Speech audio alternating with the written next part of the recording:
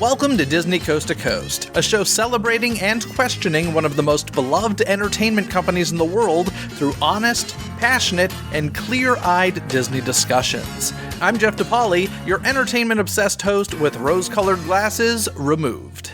Today on the show, the familiar voice of Kyle Burbank will be joining me as he's inspired today's episode. As you may or may not remember, on the previous episode of Disney Coast to Coast, Kyle mentioned how he keeps a running list of the Disney projects that were announced at D23 Expo in years past, but that never came to fruition. This list intrigued me, and after looking it over, I decided I wanted to discuss it further with Kyle. That brings us to today's episode. Listen as we go through the list and see if you can remember all of these announced Disney projects. There were some that I definitely remember and was excited for. Others, I can't even remember them being announced. Let's see how you do as we go through the list.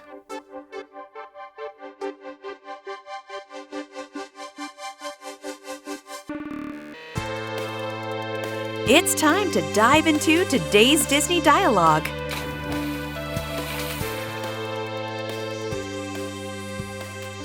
And look who's back. It's good old Kyle Burbank. How's it going, Kyle?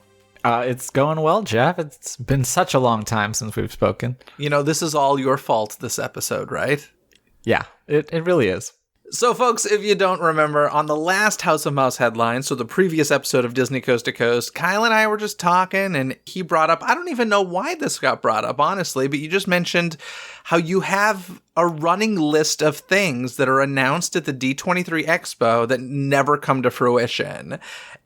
And how did it get brought up? Do you remember? I think we were talking about the D23 Expo coming up, and maybe because they announced the headlining panels, so it probably came up during that. All right. So you have, I mean, first of all, I was like, do you really have a list? And you were like, yes. And then you sent me that list. I was like, oh my gosh. And it was kind of fun to go through this because a lot of it I remember, some I don't remember at all. And then some I'm disappointed never happened. Some I don't care. So I was like, okay, we got to go through this list. But I am curious. I mean, granted, you do work for Laughing Place, so perhaps that's the reason. But why do you have this list? It was just something that occurred to me a few years ago, I think, and so I started putting it together. It's not an exhaustive list, just kind of the stuff that I remember, and then had a few other people be like, hey, do you remember anything to add to this? So yeah, it's been kicking around for probably since the last expo, and eventually I'll turn it into an article, probably this year for this year's expo, and I'll embed this podcast, and so people will have an audio companion to this list. There we go. So let's start. We're going to kind of break this up from TV and movies to theme parks, etc. So we're going to start with TV and movies, and we got to talk about Disney Double Dare You. This was announced at the D23 Expo in 2009 by Dick Cook, the Disney Studios chairman at the time. And let me just, first of all, do you remember this being a thing? Oh yeah, this is what started the list. This was the big one, because this wasn't just a movie. This was supposed to be a whole label under the Disney brand, and it was going to be led by Guillermo del Toro, and it was going to be legitimately scary movies, but for kids. The thing that's surprising to me is I know that I was at this panel where this was announced because other things that we're going to get to, I remember. I don't remember this super well. It's vaguely familiar to me. I just think so many people like myself probably think Haunted Mansion, Guillermo del Toro.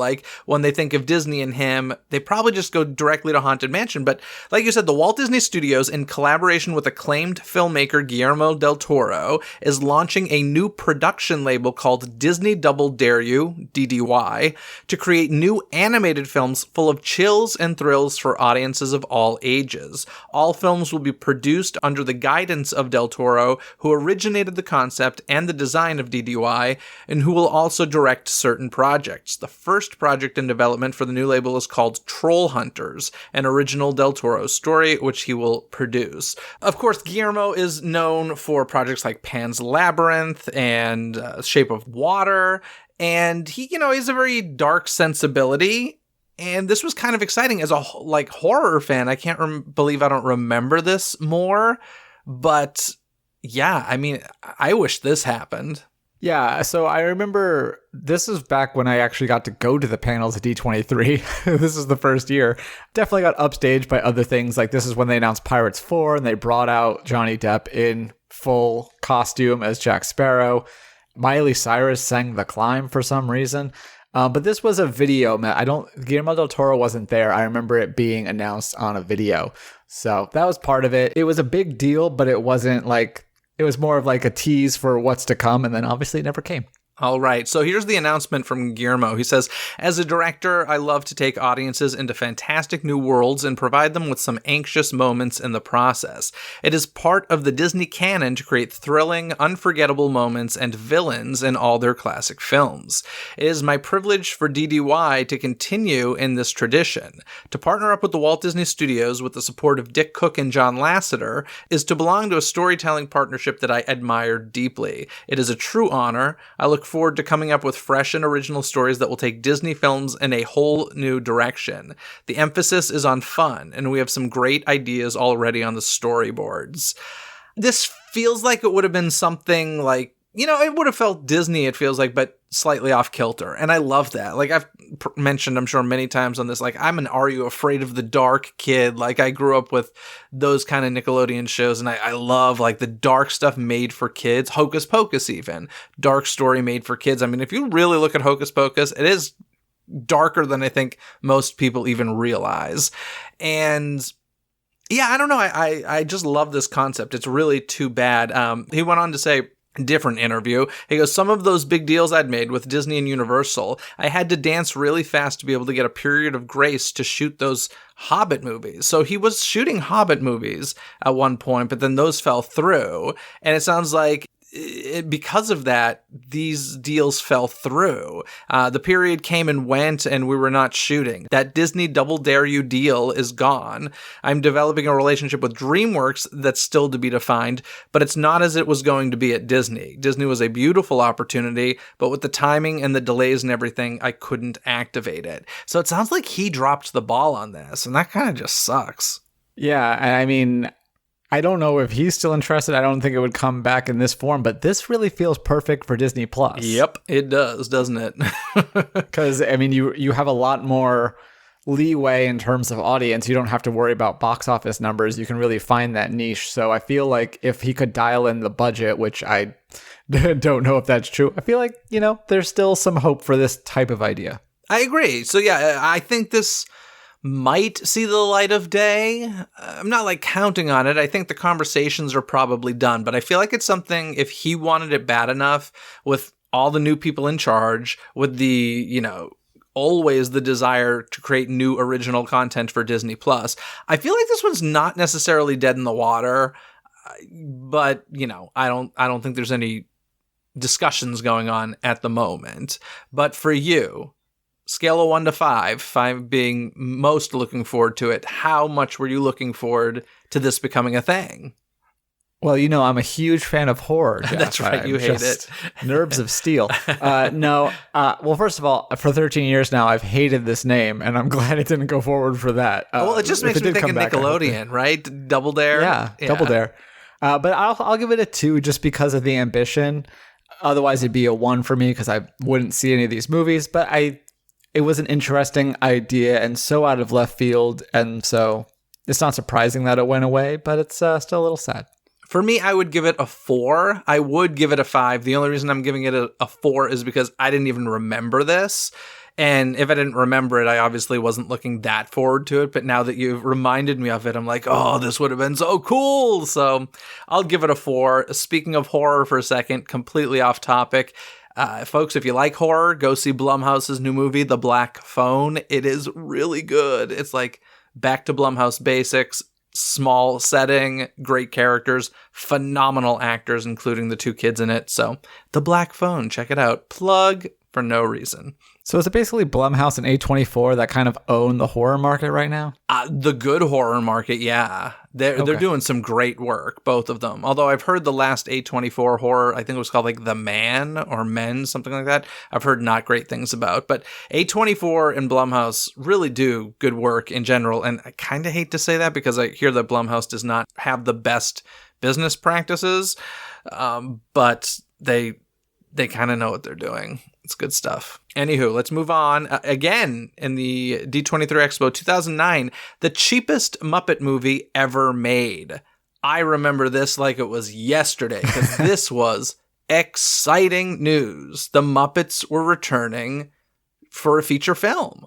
Yeah, and I mean, I guess you could argue that this kind of eventually turned into The Muppets with Jason Segel, but that wasn't announced at the time, and I don't think it's anywhere near the same plot, because why would it be called the cheapest Muppet movie ever made? But I love that, unlike Disney Double Dare You, I love this title. And while we got basically no details on it, I was always intrigued by that title, and it stuck with me. Yeah, no, they did say that Jason Segel was going to be involved with this. So this was, Jason Segel writing a Muppet movie, which did, as you say, eventually happen. But it was not the same story. This project was actually a reference to an old Jim Henson project. The title's a reference to an old unproduced film by Jim Henson, which involved Gonzo blowing the movie budget on the opening credits, resulting in the remainder of the feature film being shot in the same backlot, clumsily redressed to look like different locations from around the world. The new film, wasn't necessarily going that way. Segel, I think, was going to do his own thing with that title, but it was for a very long time. I think it went back to the 70s. Jim Henson and Frank Oz and like all that OG Muppet team, they were working on this concept, and Disney was going to use that title, but it seems like this one's a goner. This probably won't ever get made as far as I'm concerned. Yeah, I probably agree. But again, Disney Plus, I feel like all things are possible. Anything's possible. Tell me the musical that's from, and I will give you $5 imaginary dollars. Ooh, $5 imaginary dollars. Yeah. I don't know. It's from Seussical the Musical. I would not have got. I think I actually... No, I probably didn't. I probably saw some junior production before Seussical was a real thing. After all of those years being stuck on a page, did you ever imagine you'd see me on stage? No, I'm here. There's no telling what may ensue. No, there's no telling what. But I'll give you a clue. Seussical. I got it. Theme park tangent for you. I actually, every time I see this, I get really delighted. So, of course, there's Seuss Landing at Islands of Adventure, Universal. In the Cat in the Hat store, every time I've gone in, they've had like the Seussical CD. And I'm just like so delighted that it still exists. The last time I was walking through Seuss Landing, or maybe 2 times ago, I think it was the last time, characters were out dancing to the overture of Seussical the Musical, and I was like, oh my god, yes. And take this tangent even further, when I was in college, I was obsessed with Seussical. I saw it in Boston before it went to Broadway, loved it, went to Broadway to see it because Rosie O'Donnell took over for the Cat in the Hat, loved it. And the night that the CD came out, that's how old it is, CD, there was a blizzard in Boston. And I remember me and a bunch of friends, we were going to go to like the midnight release at, I think it was Tower Records, maybe Virgin. I think it was Tower though. And there were no cars in the street because like it was legit blizzard. So we walked in a blizzard to Tower Records, which was not closed. It was like down all of Newbury Street. And we get there and the store was closed because of the blizzard. Yeah, I saw that one coming. But I will tell you, it was one of the greatest memories of Boston ever because it was like Christmas time or right before. And, everything was white, covered in snow, and the Christmas lights were on the beautiful, the expensive street of Newbury Street. It was great. But there's a nothing Disney tangent for you. Did you appreciate Puppets were involved. Yeah, that's right. Okay, cool. So, yeah, that one, how much were you looking forward to this? I gave it a 4. It would be a 5, except that we did kind of get it in some form. So I'm taking it down a little peg, but 4. Yeah, this one, I would say, like, my excitement wasn't necessarily for this movie. It was an excitement for the Muppets getting a movie. So, like, for this, I'd say a 3. I appreciate it harkening back to Jim Henson. That's pretty cool. But we did get a Jason Segel Muppet movie. In fact, we ended up getting 2 more Muppet movies out of it. So, yeah, it kind of happened, but this one didn't happen. But gosh, do I remember being in that room and being very, very excited. All right, now one that I'm sure everybody remembers. Gigantic. 2015 Expo, this was announced. This was one where it was set in Spain during the Age of Exploration. The film followed Jack as he discovers a world of giants hidden within clouds. Jack befriends the female giant Inma, who's 11 years old, 60 feet tall, fiery, feisty, and a lot to control, and treats him like a living doll. Meanwhile, the antagonists, storm giants, stand at 120 feet tall. Obviously, this is a play on Jack and the Beanstalk. And the thing I remember most about this was I do remember some concept art and stuff, but Kristen Anderson Lopez and Robert Lopez actually came out and presented some songs that they had written. I think this would have been the project after Frozen, right? They were hugely massive because of Frozen. Oh, no, Frozen's a lot older, actually, isn't it? So I don't know what else they'd done, but Disney was excited to be working with the Lopezes again, and I remember this like it was yesterday. I didn't go to this panel, but I knew about it. It was the buzz about that, whatever that movie panel was that the Lopi were there, as we call them at the Lopi for some reason. Lopi? Yeah, that's how we pluralize Lopezes. We call them Lopi. I don't know why, but now it's habit. But yeah, and then when this got shelved, that was my first thought. I was like, oh, yeah, they did this big thing, no pun intended, at D23. It is kind of, this, frankly, going through this list has just made me, I knew this already, but like this industry is insane. It's crazy how if they're going to give a presentation about it, they're pretty darn sure it's going to happen. A bit later, we're going to talk about casting choices and, stars that showed up at the expo to present these films they're in, and then they're not in these films. It's just like, anything can change these things from happening to not happening. And it really is kind of fascinating. Listen, we know the history of Disney. A lot of things sit on shelves for a very long time and eventually get dusted off. I would not be surprised in the least if sometime we see Gigantic. I don't think this isn't necessarily the end of it. No, I don't think they ever said it was the absolute end of the road. It's just, people know when they say shelved, it means, yeah, not anytime soon. Not until we're desperate and we're like, what do we have sitting around? I remember taking photos of the giant beanstalk that they had on the show floor. Do you remember that? No, I don't. Oh, man, the whole Walt Disney Animation show floor, they definitely had a giant beanstalk there. And I remember that because it was just reminiscent of Into the Woods for me. But yeah, this is one that it was kind of shocking when it got canceled. And it was one of those things that kept getting pushed further and further down the road. Like at first they weren't just saying, oh yeah, it's canceled. But eventually they did. They said this project isn't happening right now. So I don't know. We'll see. Were you looking forward to it? 1 through 5? Middle of the road. I put a 3. Yeah. It didn't really jump out at me. And I feel like one of the things people kept talking about is like you had Rapunzel was Rapunzel until they turned it to Tangled, and then that became Frozen, and then Gigantic. It all just kind of felt like they were trying to do the same thing, like put this wacky twist on the classic story. Formulaic, you might say. I do remember, although I don't consider, I certainly don't remember any of it well enough to like sing it, but I remember not loving the music that they performed and being like, ooh, this is a little meh. And I don't think that's the reason it was canceled or anything. I just think they were having probably story issues because, like you said, they always want to put like this twist on these fairy tales now. It's not like the old Walt days. Let's tell Cinderella. Let's tell Snow White. Let's tell us twist on Jack and the Beanstalk. And that's not always easy to do. So that may have been part of the problem. But like I said, I think eventually maybe we'll get back probably with a different name. They'll just call it Huge. There you go. And it'll be I don't think that'll go over well. It'll be a sequel to Honey, I Blew Up the Kid. Okay. Oh, boom. There we go. I like that. Another film that I'm not 100% sure whether or not this was initially announced at an expo, but it's certainly something that has been floating around for a long time and seems like it's canceled. This is the Magic Kingdom movie. And this was Jon Favreau's vision. It was very much like a night at the museum for theme parks. Mm-hmm. And, this was one that I think people were looking really forward to. I certainly was, but it just never happened, and it kept getting delayed, and Jon Favreau kept moving on to new projects like The Jungle Book and Lion King and Mandalorian, and this one just kept getting kicked further and further down the road to the point that he's not working on a movie anyway.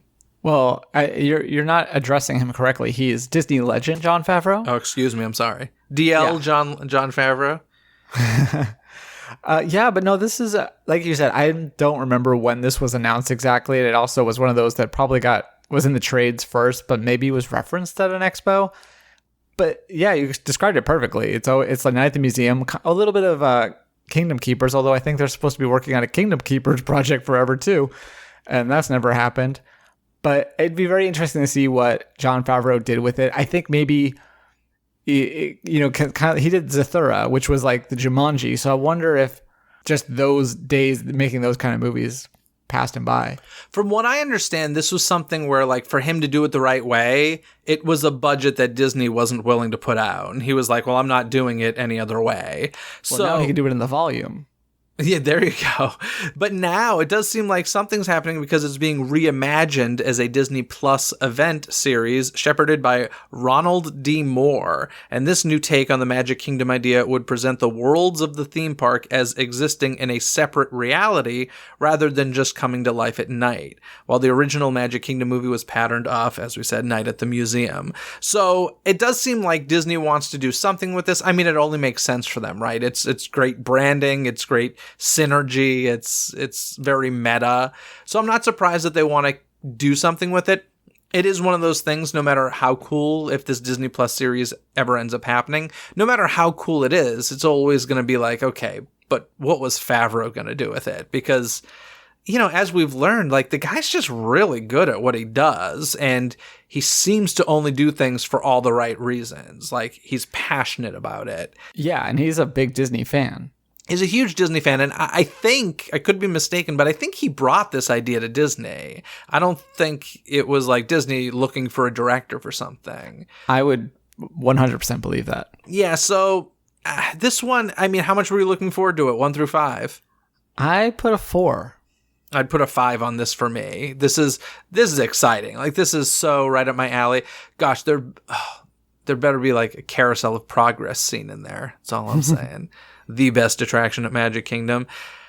You know, I don't think it'll ever see the light of day as far as the Jon Favreau version, but obviously it sounds like it will as a Disney Plus version. So I guess that's cool. I don't know. We'll see. We'll see. Let's move on to Yellow Submarine, because this was announced in 2009 at the Expo. I remember this as well. So let's just say that Expo, like that first, I think it was one of the first Expo presentations ever, because 2009 is the first Expo. We've already talked about the Muppet one. There's the Yellow Submarine one. This was, I believe, the same panel of Del Toro's Disney Double Dare You thing. Mm-hmm. So, like, this whole panel essentially didn't happen, which is crazy. And this was Dick Cook at the time, and wasn't he let go like soon after? Yeah, luckily I wrote like 3 different trivia questions so that I could like hit on different things. His presentation took place on September 11th, 2009, and he left the Walt Disney Company on September 18th, 2009. Wow. And that explains a lot, because something weird that happens in Hollywood, I was actually just having this conversation with a producer earlier today, and the weirdest thing that goes on in Hollywood that like doesn't happen in any other industry is when a new leads come in, they basically, even if a product is successful, they're like, but that wasn't my product, so we're going to get rid of it and just bring in stuff I want to do. So they were basically like, well, get rid of everything Dick Cook greenlit because that wasn't my idea, even if it was something that would have been cool or successful. So weird. So Yellow Submarine, originally it's an animated film from 1968 featuring the Beatles. The film centers around Pepperland, a joyous, music-loving paradise that becomes overrun by the Blue Meanies, a group of music-hating villains who take all of the color and happiness from Pepperland. This leads to the Beatles on a musical journey as they return to Pepperland to defeat the Blue Meanies and bring music back to Pepperland. Have you ever seen this original film?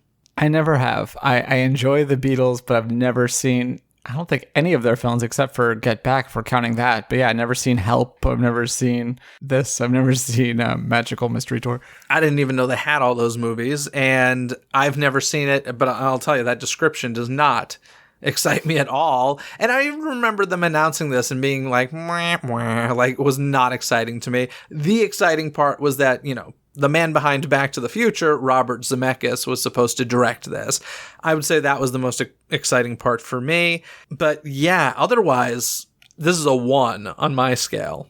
So I put a 3 because I think it could have been interesting. But in my case, as much as I like some of Robert Zemeckis' work, when I think of Robert Zemeckis and animation, I see horror. So I put a 3. Okay, my favorite line in the new Chip and Dale movie is when the character's like staring off into space and somebody goes, "Oh, he's got Polar Express eyes." I was like, that is awesome. Like, that is so good. But yeah, Disney was working with Zemeckis. They actually created a company together, Image Movers Digital, in 2010. And shortly after finishing up production on Mars Needs Moms, which was a massive bomb, Disney announced the closure of Image Movers Digital. So this film would have been combined motion capture technology to create more modern version of the classic animated film. This is what Robert Zemeckis does in animation. This is Polar Express. This is Christmas Carol. That's why it wouldn't have been good. Yeah, I don't think You this want to go negative 1? What was that? You went from, didn't you just say 3? No, I said 3. I said, do you want to go to a negative 1? Because you already at a 1. But now that you're realizing that the Zemeckis factor is not helpful. Can I tell you a secret? Sure.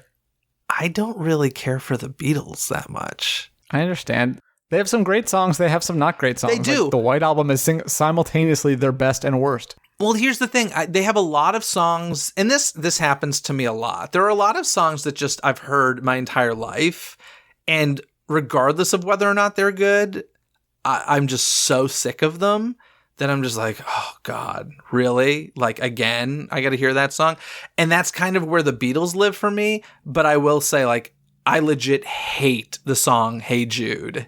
I hate it so much. Yeah, that one definitely gets old after a while. But I think maybe I'll make you a playlist of ones that I think you should check out. I do have the Beatles one album on my phone. Well, yeah, of course, if they're the number ones, the ones you're going to be hearing a lot. Yeah, I don't know. I know that that's probably upsetting some people. People really love the Beatles, and yeah, I don't know. So yeah, this is a 1. We'll go 0 or negative 1 if that's possible. I didn't think that was possible, but I didn't care.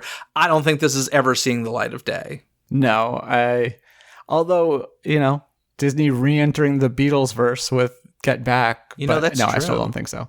That's slightly more of a chance than I thought, now that you mentioned that. Slightly more, but still, if it does come back, I don't think it's coming back with Robert Zemeckis. Director of Pinocchio? Oh, yeah. Is there some mocap stuff in that? I don't know. We can only hope. Yeah. Alrighty, let's move on to another movie announced in 2009, and that would be Wild Hogs 2 Bachelor Ride. Now, I don't remember this at all. I didn't even remember that there was a Wild Hogs 1. Yeah, I never saw the first Wild Hogs. I have nothing to say about the second Wild Hogs. Yeah. No one missed this. This was going to be a middle-aged motorcycle comedy starring John Travolta, Tim Allen, Martin Lawrence, and William H. Macy. And apparently part of the reason why this went away was because there was a movie called Old Dogs with the same director, Walt Becker, as well as John Travolta, that just did terribly. And yeah, that was the Robin Williams and John Travolta there movie. you go. And that did really, really poorly, and that made them pull the plug on Wild Hogs 2. Plus, Dick Cook was gone, so why not get rid of everything that he announced? As they continue the trend here. This one, I don't see it seeing the light of day, and my excitement level would be a 1, I would say. Yep, just like the Beatles record on your phone, this is a 1. Kyle, it is so funny whenever you say ridiculous, silly things like that. I laugh because I'm sure folks listening know that you write the script to the House of Mouse headlines, the portion that I read. And I'm always like, people either think I'm like super corny, or sometimes I'm reading it and I'm just like, I wonder how Kyle thinks I'm going to read this. It cracks me up. Oh, man. You make me laugh, man. Anywho, let's move on to the Muppet Halloween TV special. 2009 as well, this was announced. Imagine that. Do you remember this one being announced? Not as much. This was something that somebody else on the team reminded me of. Okay, so this was not that panel. This was announced during the Muppet Panel, which I also went to. Oh, did you? Okay. I was at that panel, gosh, long before we knew each other. We were sitting in the same rooms together, Kyle. Why didn't we meet sooner? It's okay. First of all, let's bring back a Muppet Panel to D23 Expo. I think that would be a fantastic thing to happen. I would love to see that happen, but I vividly remember this, and it was in one of the smaller breakout rooms. It wasn't like the giant arena sort of thing, but I remember artwork for this, and I vividly remember seeing Fozzie Bear as like a Frankenstein's monster. And this was basically going to be the Muppets retelling classic horror stories. And I was excited because I am a diehard holiday special fan. I think the Muppets legitimately make the best Christmas specials. There are multiple Muppet Christmas specials that I'm obsessed with. Emmett Otter's Jug Band Christmas plug. And I was just excited for them to make one for like my favorite holiday, Halloween. And I was so bummed that this never happened. Yeah, I mean, I guess I didn't really remember it. And I feel like, now that you mention it, I guess I didn't realize they hadn't done a Halloween one, because there are Christmas ones of both good and bad, as you mentioned. So, yeah, this would be like a 4 for me. I actually had it as a 3, but now as you talked, I'm like, okay, now that sounds better than I thought. So I moved it up 1. This is definitely a 5 for me. Like this, I was looking. I mean, yeah, that makes sense. Everything about it's up my alley. It's Muppets, it's Halloween, it's a holiday special.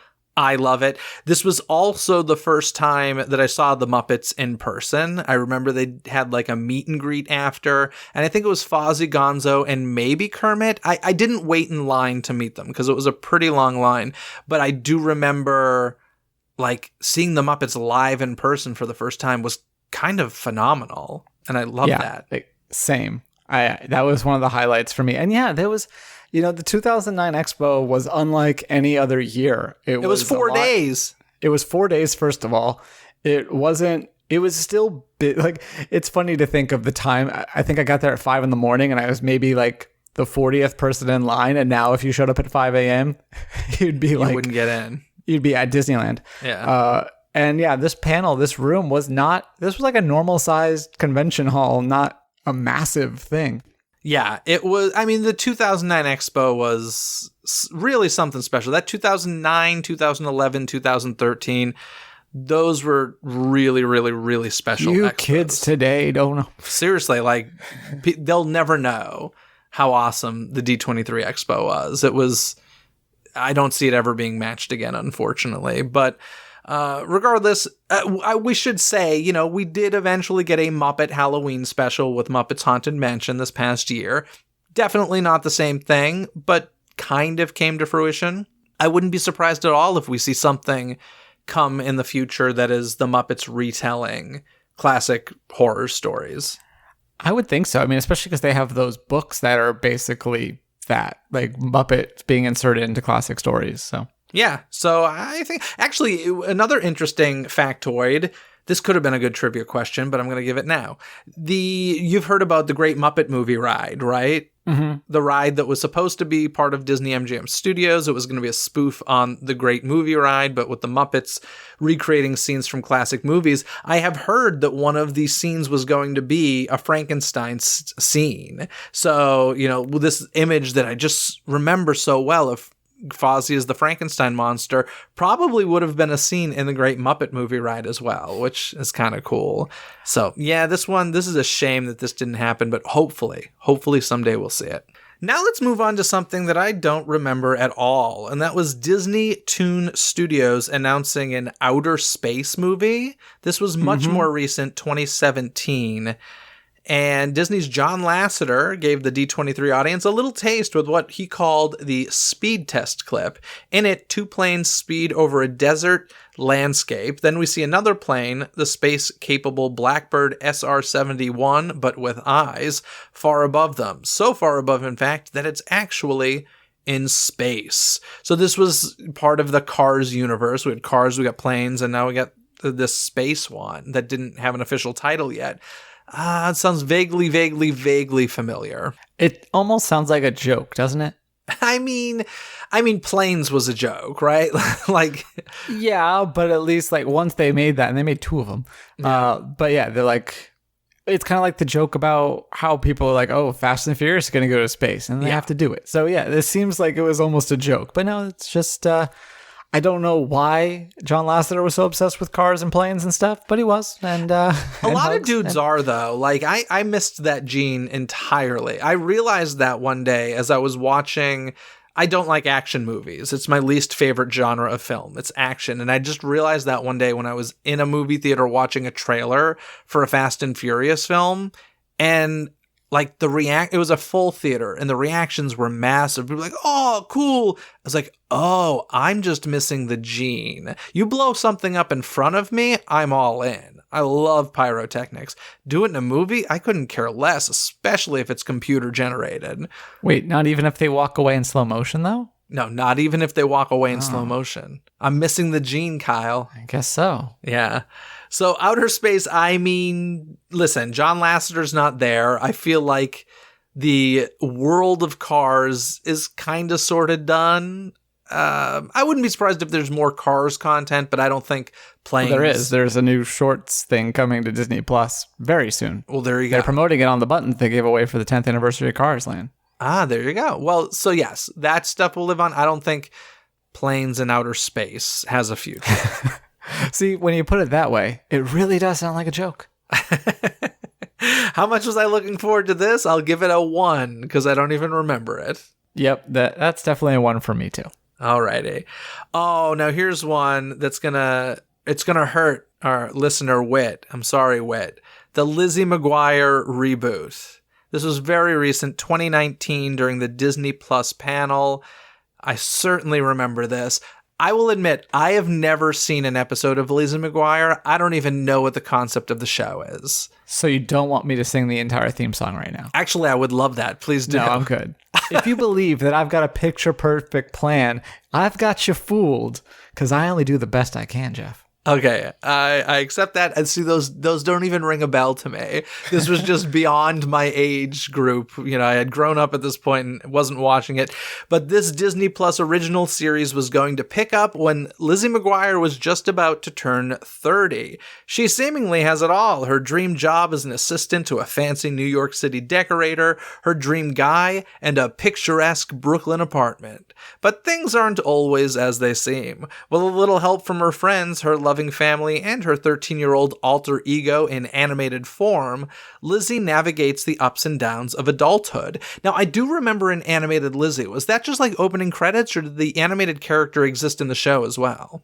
No, that was a narrative device throughout the show. Okay, so, but the cartoon didn't age in this reboot, but Lizzie did. I guess it wasn't supposed to. We never saw any of it. Okay, so in late 2019, the first 2 episodes of the new show were filmed in New York, but filming was halted when the original Lizzie McGuire series creator Terry Minsky left the project due to creative differences. Filming was, by the way, those not in the business, creative differences means some yelling, screaming matches over the phone or in person with each other. It's not as sweet as it sounds, creative differences. But filming was put on hold, and then the pandemic hit, causing more delays.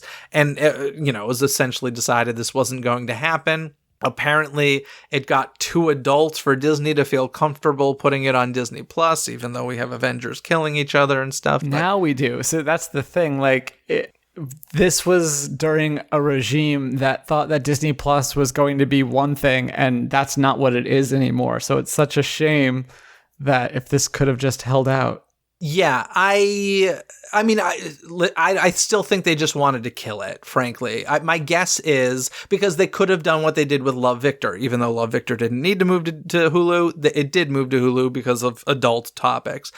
They could have done that. Apparently Hilary Duff begged for that. Please let us do this on Hulu so that we can do it correctly. So Disney had the power to let that happen. They still decided no. My guess are those creative differences, quote unquote, probably pissed off Disney. There were probably some really angry words, and I don't know this for certain. I'm just based on how it turned out. That's my guess, is that Disney got pissed off, pulled an ego move, and was like, well, forget it. We're not going to play anymore.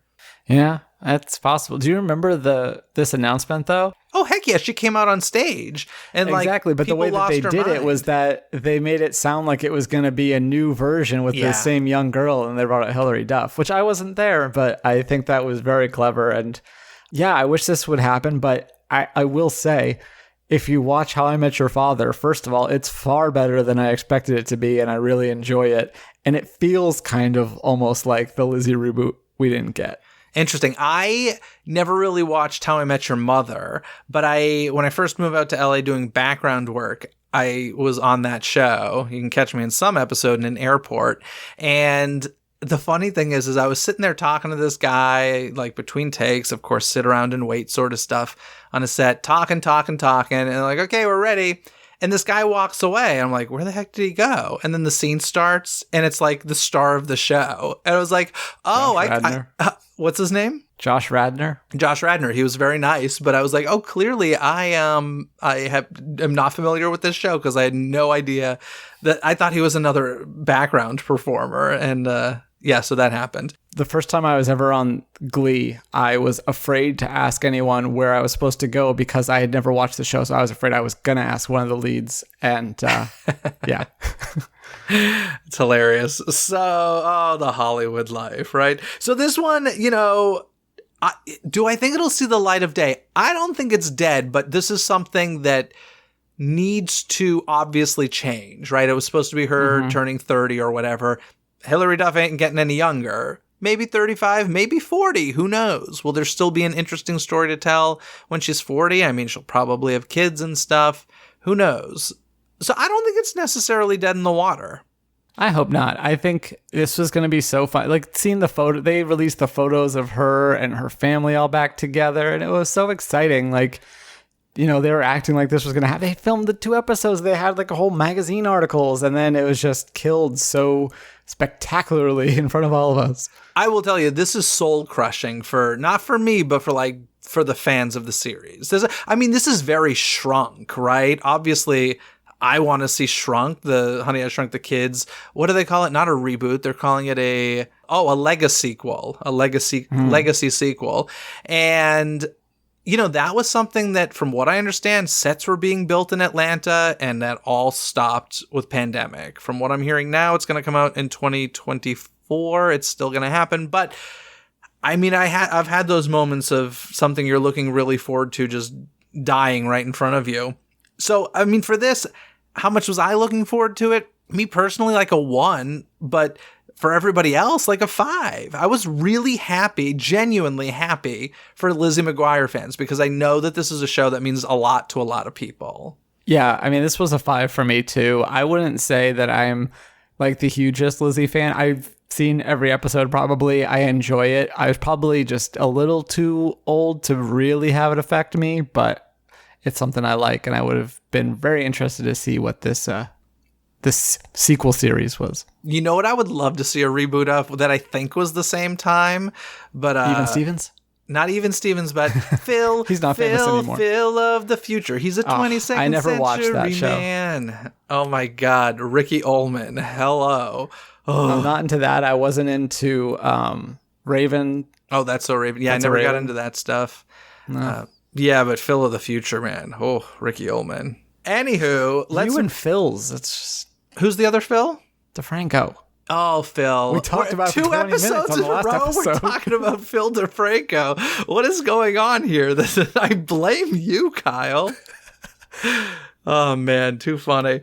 All right, let's move on. Some more movie news, but not specifically projects. This is more about casting. This had to do with a Planes movie, and this I remember because John Cryer of 2.5 Men and what's the other thing? What's his John Hughes movie called? Is that Pretty in Pink? Pretty in Pink or fame. Is it? Yeah. I don't remember if it's Pretty in 16 Pink or Candles? 16 Candles. I think it might be one of those. John Cryer, he was supposed to play Dusty Crophopper, and he came out, he presented the film. I remember this very well. I don't remember what year it was, but he definitely appeared at the expo. There's even a trailer you can find on YouTube where he's doing a voice, and they say he dropped out of the project. I don't know if he really dropped out or was fired or what, but it's a little weird when you have them come to the expo to present their movie, and then it's like, oh yeah, we continued without him.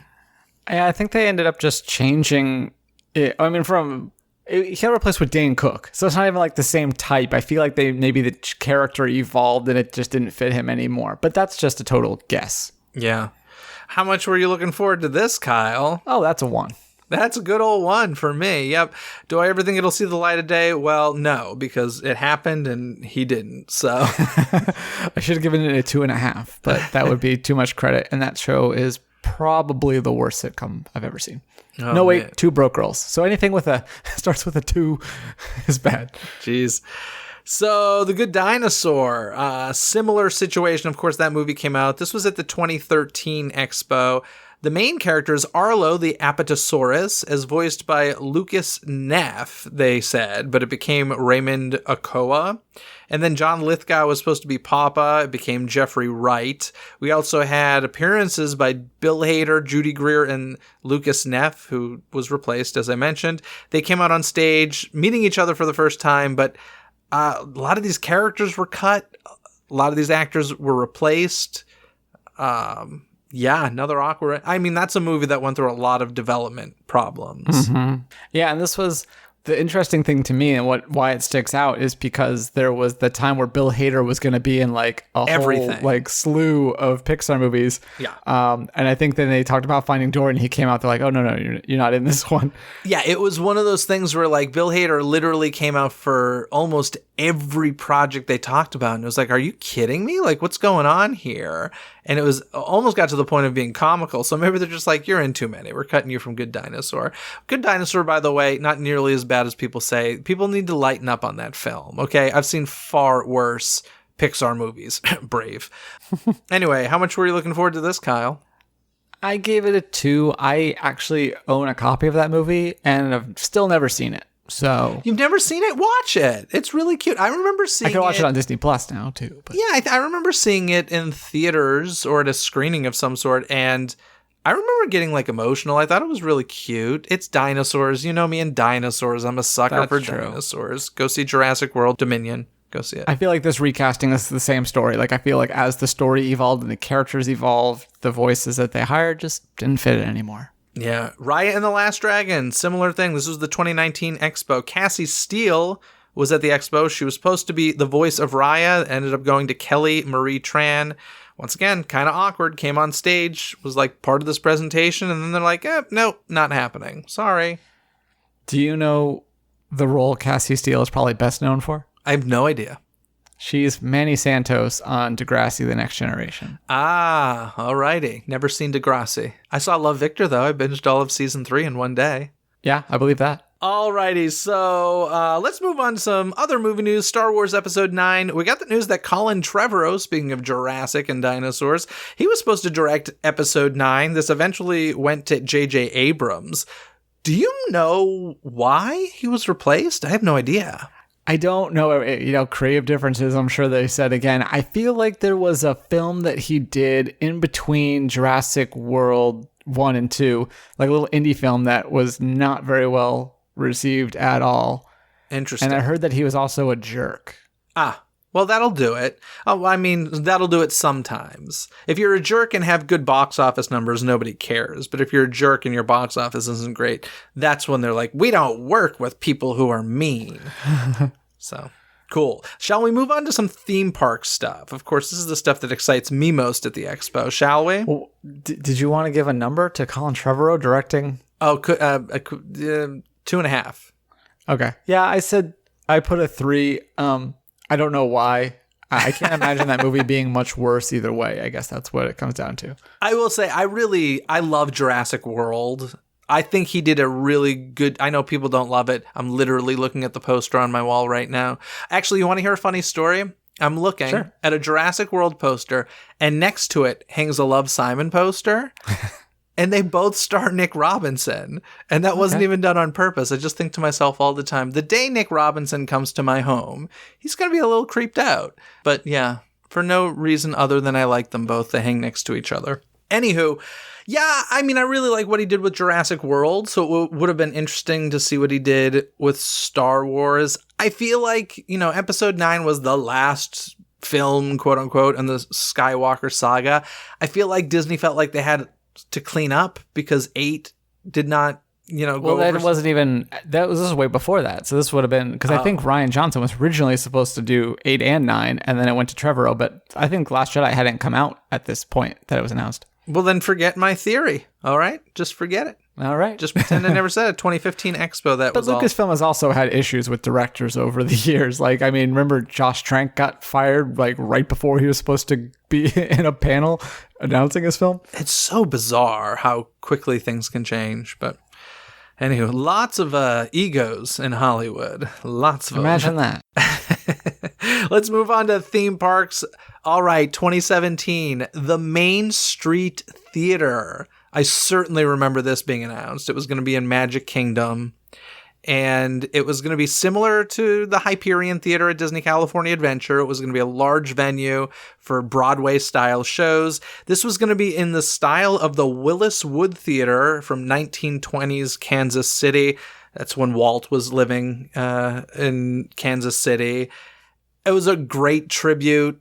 This is a shame this never happened. Really? I don't care hardly at all. Oh, wow. Ouch. Ouch. I never understood where it was going to go. I never knew. They never announced. You say like the Broadway style thing, but they never really announced any specific programming for it. It feels a little odd off of Main Street there. Yeah, I wasn't ever fully on board with it. Kind of forgot it was going to happen. And then I don't know if they ever announced it wasn't. I think it just, people saw the writing on the wall. I think they probably took it off the website. They did, yeah. They took it off the website.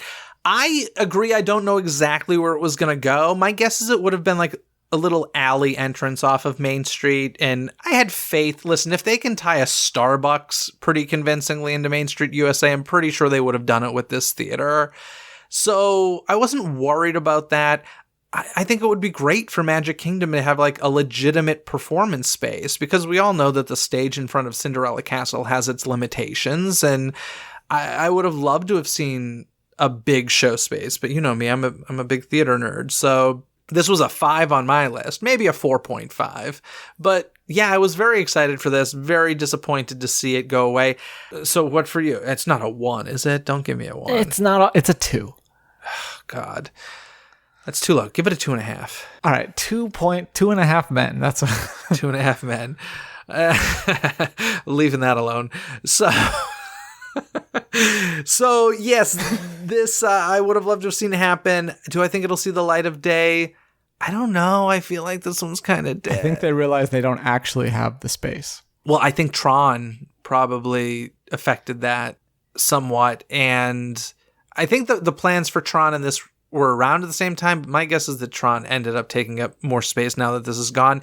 I wouldn't be surprised if someday we do get like a legitimate theater in Magic Kingdom. I think that's should happen. But I don't think it's going to be a Main Street USA offshoot. That's my guess. Yeah, I think Fantasyland would be better. I don't know if you could knock down Philhar and build a big theater there somehow. Philhar Magique. Yeah. Yeah. All right, let's You move don't on like to... my abbreviation? Is that what you're... Yeah, I just Philhar. Did I just do the equivalent of Philhar Disney World? sounds like a stand-up comic. And ladies and gentlemen, coming to the stage, Philhar. Well, he was, but his wife killed him. Oh, ouch. Yeah. Youch, dude. You went dark. My gosh. Let's move on to Pixie Hollow at Walt Disney World. I have no idea what year this was announced, but this apparently... This was the first one again. So this was actually just part of the new Fantasyland. And Okay. it was in the concept art and stuff. There's a lot of that new Fantasyland stuff. We'll touch on it in a second. But Pixie Hollow was part of Mickey's Toontown Fair, but it was supposed to be expanded for the new Fantasyland. Do you remember back with the new Fantasyland, they were supposed to like have all of the different princesses' houses, and that's it was going to be a lot of like Enchanted Tales with Belle sort of experiences. Mm-hmm. So yeah, we didn't get a lot of that stuff. And this area that it was going to go in was eventually taken over by Storybook Circus. Have you heard the stories as to why this supposedly happened? I haven't, no. I've heard, I don't know if this is fact or not, but I've heard that Big Top Souvenirs, that store in Storybook Circus area, makes like as much money as the Emporium. It's like one of the highest grossing stores in Magic Kingdom. And so when they made these new Fantasyland plans, they were basically told, guys, you're not touching that store. It makes way too much money for us to change it in any way, shape, or form. So that's what I've heard. I don't know if it's true or not. That's interesting. It is interesting. You have all the best intentions, right? You're a designer and you're like, well, Pixie Hollow would fit great here. Story makes sense, yada, yada, yada. And then a numbers person is like, but, and everything changes. So, I didn't even until this week, I was like, knowing we were going to talk about this, I was like, oh, well, Pixie Hollow at Disneyland replaced Ariel's Grotto. And then I'm like, oh, what replaced Pixie Hollow, though? What's there now? I'm like, oh, it's still Pixie Hollow? Like, my mind was blown. Like, I don't remember the last time I even thought about Pixie Hollow. And the fact that it's still there is kind of crazy to me. That Pixie Hollow got a really nice lighting package during Summer Night-tastic in 2009. Yeah. So it's been a while. Like, they're not making Tinkerbell movies anymore. That all happened when they were making, every year there'd be another Tinkerbell movie, so you'd have another fairy that was like being added to that meet and greet area, and that stopped. So I am a little surprised. Like, I know Tinkerbell's still a popular character just from the Peter Pan days, but still surprising to me. Well, listen, I'm just saying those giant blades of grass are perfect for a Honey, I Shrunk the Kids meet and greet. Just saying. For that reason, I give this a 1 because it should be Honey, I Shrunk the Kids come back. You know what? Good answer. I'm giving it a -1 for the same reason. There you go. And do I think it'll see the light of day? I mean, probably not, but it wouldn't shock me if they... who knows? I wouldn't be surprised if one day they're like, hey, more Tinkerbell movies for Disney+. Those movies did really well, from what I understand. So yeah, I still don't think building a whole elaborate meet and greet space for it is really going to be a great idea. For Tinkerbell, they're moving into the whole augmented reality meet and greet. They've been testing that over at Disney California Adventure. So I think if they're going to invest in Pixies and meet and greets, it's going to be augmented reality, not this. So you know what? I'm taking it back. I don't think it's going to see the light of day. I think it's done. All right. And I think that the one at Disneyland's almost done to get a Honey, I Shrunk the Kids, reboot. They'll cut down the tall grass and just make it a grassy area because we don't have enough of those. It's true. Disneyland. A grassy, watery area.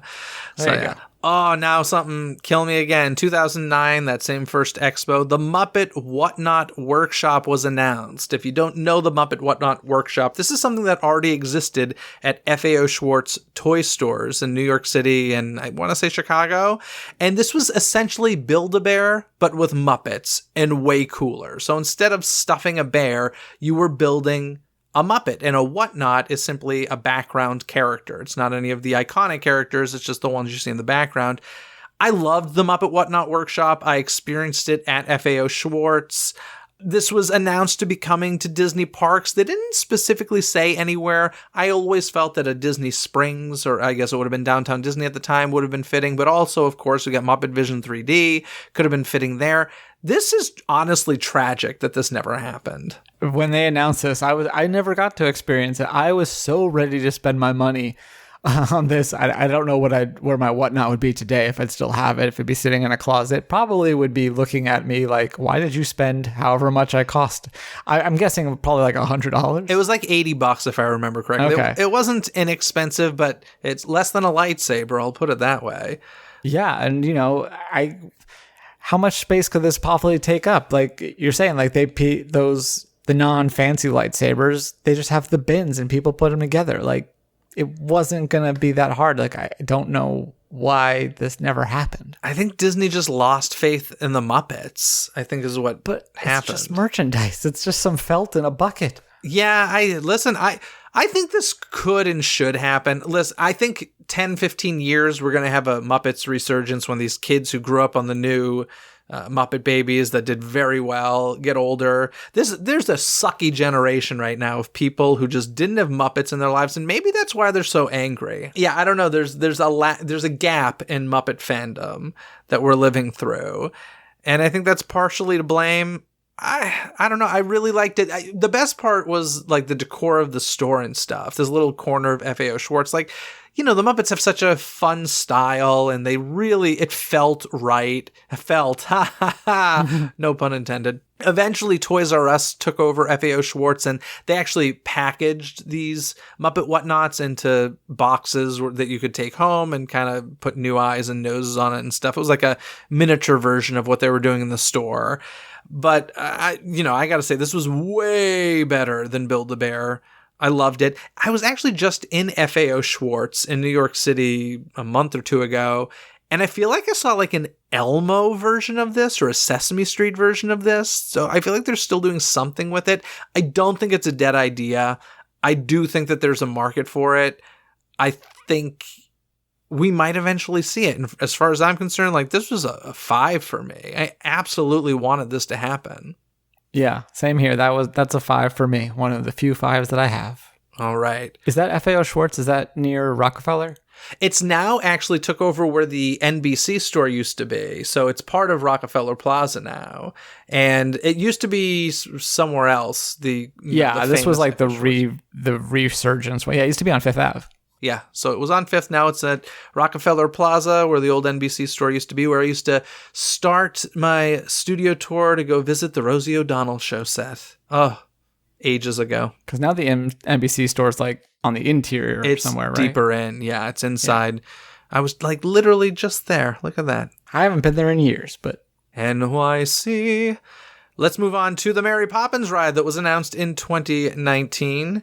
And, of course... we remember this. This is very recent. This was supposed to be part of the United Kingdom Pavilion in Epcot. This was interesting because it was announced and there was some concept art, but there were big questions and really no answers. We didn't know what kind of ride this was going to be. We didn't know if it was going to be classic Mary Poppins or Mary Poppins Returns. And we weren't given a date or anything. Yeah. I mean, that's pretty much sums it up. That was kind of the problem with it is... it could have been a spinner ride or it could have been an elaborate dark ride because all they showed us was the Cherry Tree Lane. They were going to kind of create a Cherry Tree Lane neighborhood, which would have been lovely, I think. Honestly, as much as I always want a dark ride, right? But I would have been cool if it was just a really well done carousel or something. I think the nod to Mary Poppins in general was enough. At least for me. Listen, Aaron Wallace is listening and probably rolling over right now because he's like, no, give me the most intense dark ride of all time. And that would have been awesome. But you have to slide through a bathtub. There you go. Hey, dude, we need a water park based on that. I mean, this is a bummer for sure. I would say this is a 4 on my scale. This was super exciting. And it was killed because of the pandemic, and as multiple projects were. I think it'll eventually see the light of day. It's one of those things where I'm like, listen, if they're going all in with getting IP everywhere in World Showcase, and this fits, right? Mary Poppins in the UK Pavilion is no stretch whatsoever. So it's fitting. Yeah, I'm on the exact same page with you. That's a 4 for me because it would be a 5 if it could be potentially be a 5 if we knew a little bit more about it. But yeah, I think this could happen. I think it'll just take a bit, get some other projects out of the way. But I mean, we have a whole nother expo coming up in a few weeks. So maybe this is back on in some capacity. Who knows? Yeah, we'll see what happens there. We also, in 2019, we also got the Spaceship Earth, Our Shared Story announcement. And this is something that I assume is still eventually going to happen, probably with a smaller budget than they initially anticipated. This was a 5 for me. Oh, wow. See, I don't know where to put this one. I like the current version up until the Descent, and then it's so useless. So as long as they fix that, then it's a 5 for me, I guess. Yeah, I mean, I just love Spaceship Earth, so updating it is good. It's not that means it's not going anywhere. I guess if I knew more about the changes, maybe the 5 score would change. If it was going to be tons of IP shoved in there or something, then I would be less excited. That's not what it was. It was going to change the narrative a little bit, and so I know people had hesitation about it, but I agree with what you're saying. I think it's probably better that it gets attention than try to stay Judi Dench forever. Let's move on to a little earlier at the 2017 Expo. We got, of course, the announcement of Star Wars Galaxy's Edge, which did come to fruition, but there were some things announced and seen here that didn't. The Bantha Ride, I think, is probably the most famous one that everybody knows about, right? There was supposed to be a Bantha Ride, and there's not. And yeah, I don't even know if they really talked about it. It was just part of like the concept art, really. Yeah. One of the big changes.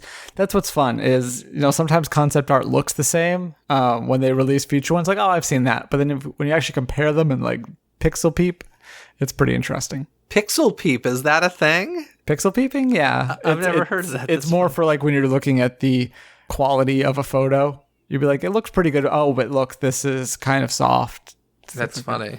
There was a character, I guess. I don't recall this Harkos thing. What was this about? So from what I've heard, I think this was probably Mike Celestino that added this to my list. There was a character announced that was going to be a bounty hunter that walked around, and I don't know what else he did. I think they even included him in like some of the book and materials and stuff. And then we've never seen this character. There's obviously the one whose name I don't know, who's an original character at Galaxy's Edge, but this Harkos guy, MIA. And he's not even on the Galactic Star Cruiser. How sad. They killed him. Before it even existed, they killed him. And then, I don't know if this was ever officially announced either, but there were supposed to be multiple missions on the Millennium Falcon. This is the classic story, right? It's a screen-based attraction. We can update it whenever we want. It's the Toy Story Midway Mania. It's the Midway Mania. It's the Star Tours. It's every video attraction. We can easily update it. So far, only one mission. I do think that eventually we'll get multiple missions, especially now that the timeline at Disneyland doesn't matter. Bantha Ride, I don't know if we'll ever see that happen. I don't know. Probably unlikely. All of this stuff, personally, I'll put it around a 3 or a 3.5. I put a 4 for the Bantha Ride and the Smuggler for the attraction stuff, and for the Bounty Hunter, I put a 3. I don't really care, and I doubt that they'd have him come now that they can put actual characters in. Yeah, he's probably dead before arrival. So, although they have that new Bounty Hunter Magic Band Plus thing. I don't know if maybe there'll be an Easter egg for Harkos, something to look out for, something to let us know if you see it, folks. I'm sure we'll see it on the Twitterverse or something. But yeah, I really don't remember him at all. I don't remember him being presented. But in any case, that's my list. Anything else you remember from the D23 Expo that, was announced and never happened? I mean, that's all I've got for now. I'm sure somebody will correct us. I'm sure there'll be some at this next one that end up, I'll have to add to the list afterwards. But yeah, some really interesting ones, honestly. And then some that, fell through by the wayside, probably for good.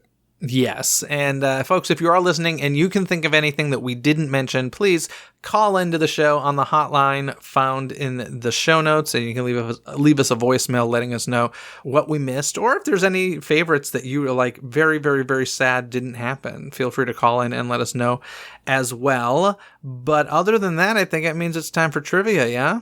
Yeah, let's trivia. Do you know the answer? Get your brain gears churning and play along. It's trivia time. Alrighty, Kyle, before we jump into the trivia, I want to remind folks that they can relive their theme park memories through Scents Memories with the scented candles and wax melts of Souvenir Scents. Souvenir Scents features candles inspired by the smells of Pirates of the Caribbean, Pandora, the World of Avatar, Soarin', and much more. Visit the Souvenir Scents link in this episode's description, and don't forget to use discount code DCTC when checking out to save 15% off of your entire order. Now, Kyle, do you want to hit me with the trivia question first, or shall I hit you? I think I'll let you go first this time. All right. Well, earlier we were talking about the canceled movie Gigantic. You can actually find a tribute to Gigantic in a Walt Disney animated feature. What movie is this Easter egg in, and when do you see it? I'm going to guess that it's Zootopia, when they have the bootleg DVDs for sale. Was that actually a guess, or did you just know it? It's an educated guess, I'll say that. I know that there's a few there, and I couldn't remember if Gigantic was one of them. Yeah, so as Gigantic kept on chugging in production, Disney Animation was so confident on the project that they even snuck in a reference to the film in Zootopia. In a moment where scheming weasel Duke is selling bootleg DVDs on the street, he gestures towards copies of films that haven't even come out yet. Among the films shown were animal versions of Moana, Frozen 2, and Gigantic. Let me ask you this, since you knew that so easily. What do you think like the animal name for Gigantic was? Elephantastic. Close, it was Giraffic. Okay, no, I was thinking pig maybe, because like I don't know. No, Giraffic. And the general public had no clue what the title was referring to, but for the artists working on Gigantic, it was reaffirmation that they were part of the broader Disney animation canon. Wah, wah, little did they know. So yes, good job. Good job, sir. Thank What's your you. trivia for me? Well, earlier we talked about how Dick Cook was replaced a mere week after his presentation at the first D23 Expo. Do you know who replaced him? Was it Alan Horn, or was that there was somebody between him and Alan Horn? Yeah. Oh gosh, who replaced him? I don't know. Who was it? It is Rich Ross. He was in charge of Disney Channel at the time, and I also read that when he assumed this position, he was the first openly gay exec to run a major studio. There we go. Why did he leave so quickly? I don't know how long he left. Let me look it up. Because Alan Horn replaced him, right? So it couldn't have been... Eventually. Or he might have been promoted. I think he might have... Oh, well, he oversaw John Carter, so that's always good. Oh, Ross you know what? I was reading about that. Yeah, he had a couple big flops. He had John Carter, and I think Mars Needs Moms was under him as well. Yep, exactly. Yeah. So what did you say? How long was he there? He left in 2012, so 3 years. Okay, 3 years in that position. He had some terrible bombs under him, so that was probably part of it. Interesting. Well, Kyle, this was a fun little convo. Thank you for suggesting the topic during the House of Mouse headlines. I enjoyed this. Well, thank you for taking it and running with it. Yeah, and it was fun to look back, and who knows, we got a new D23 Expo to announce exciting projects that don't happen. We have all that to look forward to. That's kind of the nature of the beast at this point. Like, I feel like back in the day, especially with the movie stuff, it might appear in the trades, but most people would have no idea it was ever happening to have gotten excited about it. They should change the date of D23 Expo some year so that it falls on April Fool's Day weekend.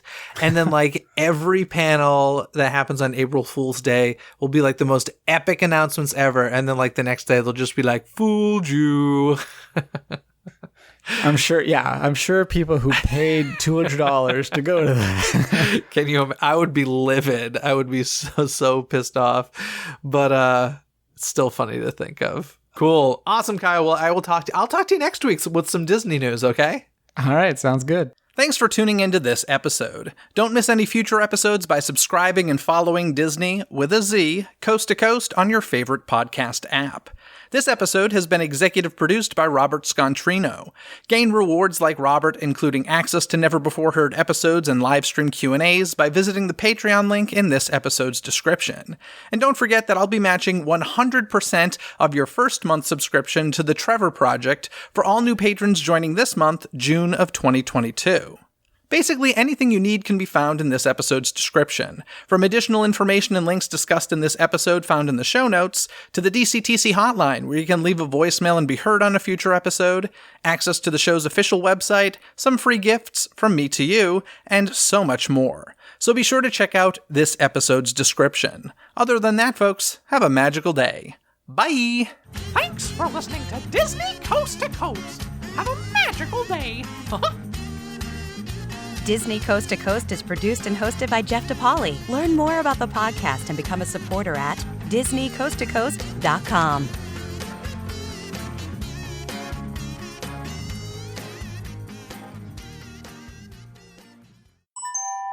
This podcast is part of the DePodcast Network. Learn more about this show, plus find more quality and entertaining podcasts at DePodcastNetwork.com. That's DEPodcastNetwork.com.